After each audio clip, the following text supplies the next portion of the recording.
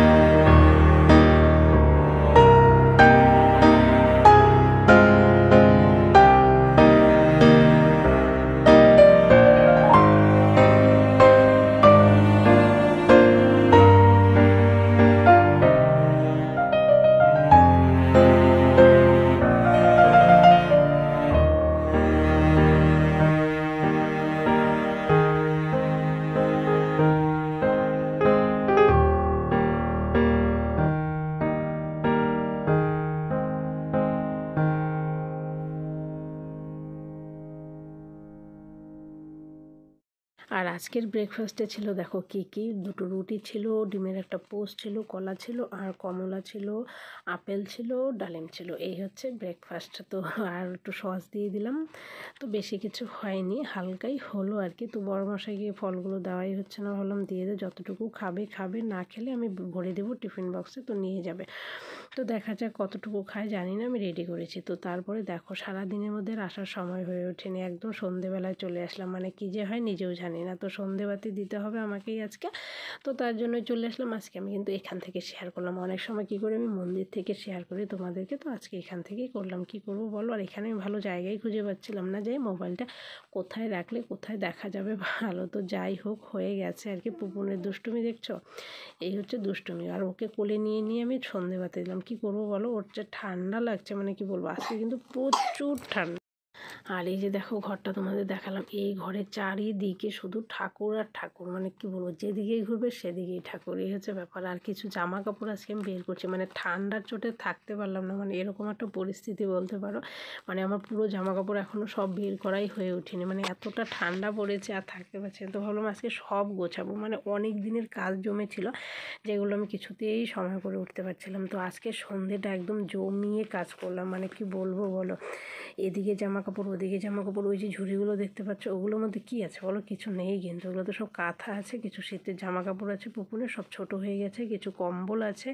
তো এই তো তারপরে চলে আসলাম রাত্রেবেলা তো হচ্ছে রুটি, তো পরোটা হচ্ছে, রুটি নয় পরোটা, রুটি দুটোই বানাতে বলেছিল, তো আমি সবগুলোই পরোটা বানিয়ে নিয়েছি, কারণ ওই ঘরের বেলনাটা দিয়ে আমার একদমই ভালো হয় না। তো বন্ধুরা, আজকের ব্লগটা এই পর্যন্তই। সবাই ভালো থেকো, সুস্থ থেকো।